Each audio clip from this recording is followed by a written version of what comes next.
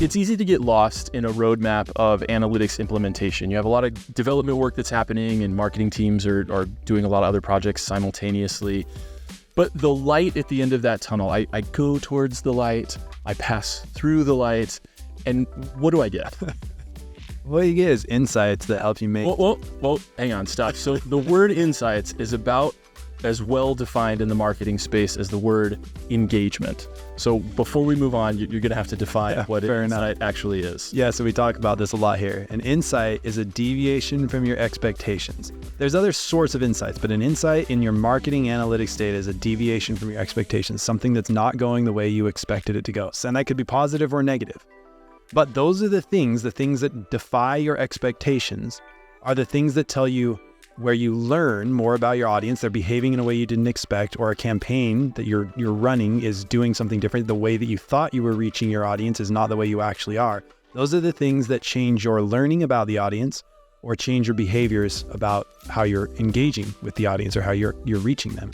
So imagine this scenario. Imagine starting your day and knowing exactly what's on track and exactly what's not on track.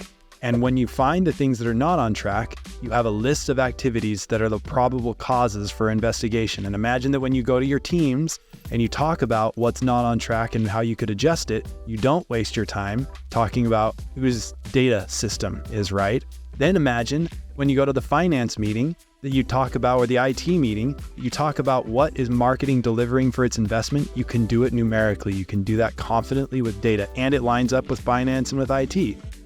In that scenario, what you're creating is you're being guided by the data. It's enhancing you. It's not replacing you, but it's enhancing your capabilities. And because that your feedback loop is short and you're learning from the data, we know that you're learning about the audience and you're learning about how to mold hearts and minds. If people want to imagine themselves working with adMind, what do they do?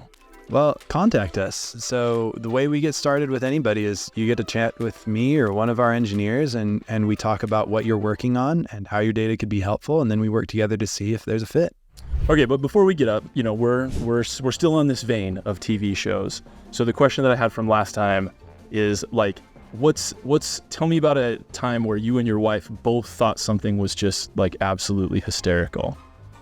Man, the closest that we've had to that is we have 3 little girls, and we rewatched Home Alone 1 and Home Alone 2 last Christmas season. And I don't know that we thought the exact same thing was funny. My wife thought it was so funny that she was weeping, and I was weeping because I was watching her think Home Alone was so funny.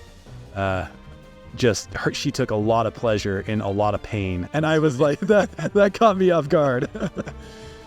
So I recently showed my wife a video because back in the day I saw this, a friend showed it to me, and it's an animated text is what you're watching. You're watching text just be animated in different ways, kind of like cartoon style, to tell this story.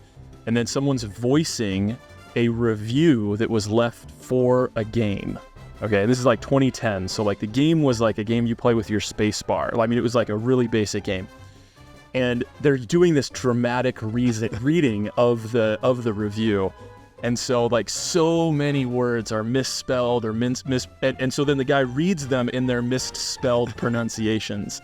And one of them is at the end, he goes, "The only reason that I'm leaving this review is because the voices were pretty good." And like, I showed that to my wife because oftentimes I'll think to myself, like, I'll want to say the word "biakuaz" like as a funny reference to that video, but hardly anybody's ever seen it. So I showed it to her so that we could share that reference, and she was crying. Oh, that's so funny. So it was pretty good.